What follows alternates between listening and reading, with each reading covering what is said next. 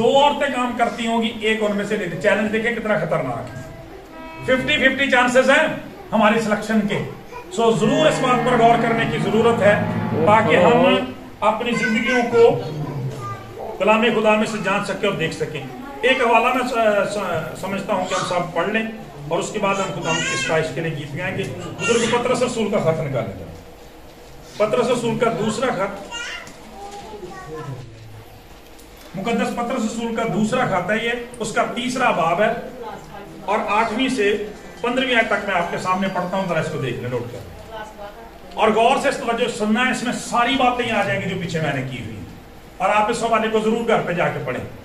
कलाम खुदा में लिखा है कि अजीजो, ये बात तुम पर पोशीदा न रहे कि खुदावंद के नजदीक एक दिन 1000 वर्ष के बराबर है और 1000 वर्ष एक दिन के बराबर है। खुदावंद अपने वादा में देर नहीं करता जैसी बाज लोग देर समझते हैं, ठीक है, बल्कि तुम्हारे बारे में तहम्मुल करता है। क्यों? इसलिए कि किसी की हलाकत नहीं चाहता, बल्कि ये चाहता है कि सबकी तौबा तक नौबत पहुंचे। और आगे आमदसानी का जिक्र होने लगा। लेकिन खुदावंद का दिन चोर की तरह से है। यह आमदसानी की बात, खुदावंद का दिन चोर की तरह से आ जाएगा।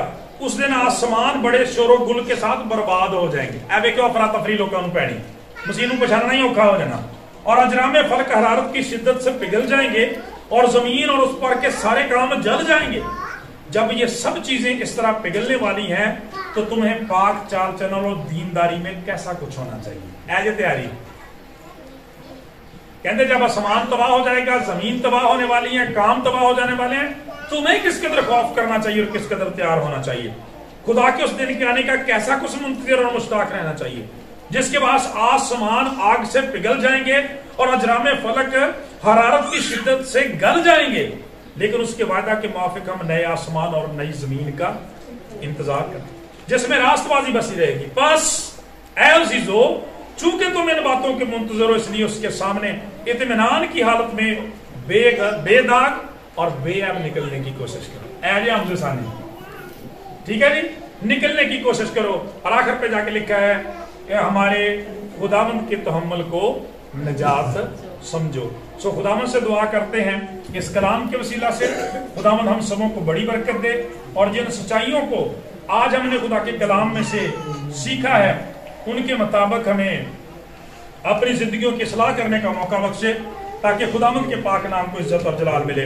इन अशार के साथ इजाजत कि जो ईद सऊद के तल्लुक से हैं कि मौत के बंद खोलकर जो तीसरे दिन जी उठा, मौत के बंद खोलकर जो तीसरे दिन जी उठा, आसमां पर चढ़ गया वो फिर से आने के लिए, आसमां पर चढ़ गया वो फिर से आने के लिए। और आज का दिन असल में इस बात का गम्माज है, तर्जमान है। आज का दिन असल में इस बात का गम्माज है, हमसे पहले वो गया हमको ले जाने के लिए, हमसे पहले वो गया हमको ले जाने के लिए।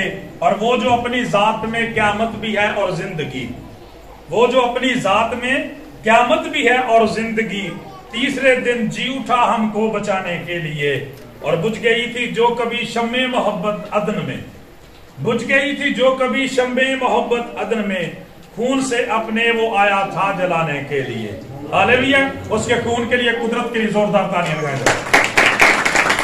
और लाजम है ईमान की शम्मे जलाकर हम रखें, लाजम है ईमान की शम्मे जलाकर हम रखें, आसमां में साथ उसके सभी जाने के लिए।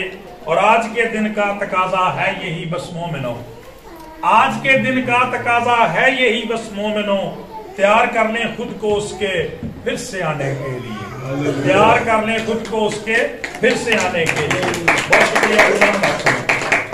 वक्त है कि खुदा की इस्ताइश के लिए हमें